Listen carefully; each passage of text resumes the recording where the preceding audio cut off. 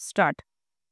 शेतकऱ्यांनी फक्त चांगल्या पद्धतीच्या फुलांचे उत्पादन करावे आणि सहकार क्षेत्राने वितरण व निर्यातीची व्यवस्था सांभाळावी, असे मत कृषी सहसंचालक आप्पासाहेब भुजबळ यांनी व्यक्त केले.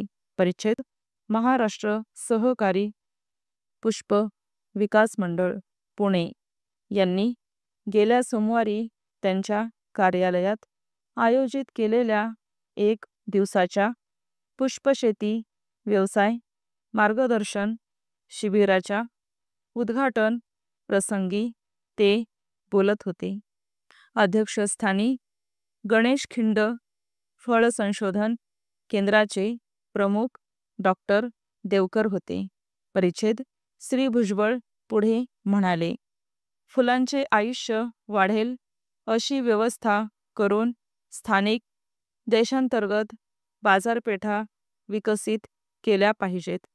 फुलांचे उत्पादन, बांधणी, वाहतूक, वितरण याचा शास्त्रशुद्ध पद्धतीने अभ्यास करून यासंबंधीचे ज्ञान शेतकऱ्यांपर्यंत पोहोचविण्याची गरज आहे.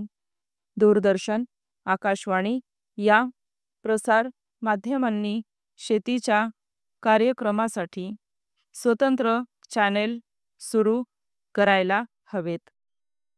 एवढेच नव्हे तर अडचणींच्या वेळी ध्वनिवर्धकावरून एका वेळी सर्व माहिती शेतकऱ्यांना मिळण्याची व्यवस्था करायला हवी.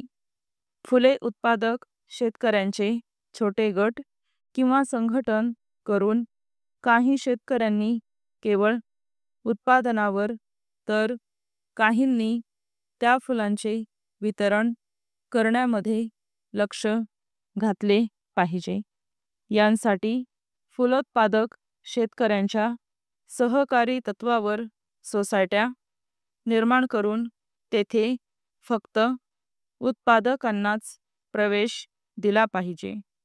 फुलांचा व्यवसाय हा आता कोट्यावधी रुपयांची उलाढाल करून देशाला परकीय चलन मिळवून देऊ शकणारा एक मोठा उद्योग बनला आहे.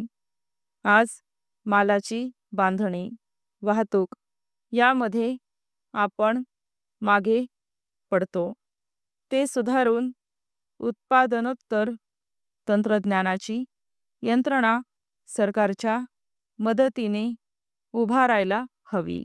परिच्छेद पूर्णवेळ शेती करणाऱ्यांनीच पुष्पशेती करावी.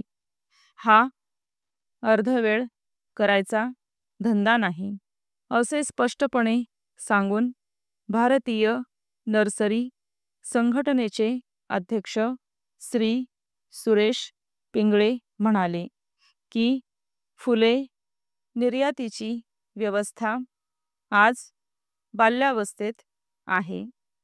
उत्पादनानंतरचा खर्च हा 83% असून बाकीच्या 17% लागवड व घसारा खर्चाचा समावेश आहे.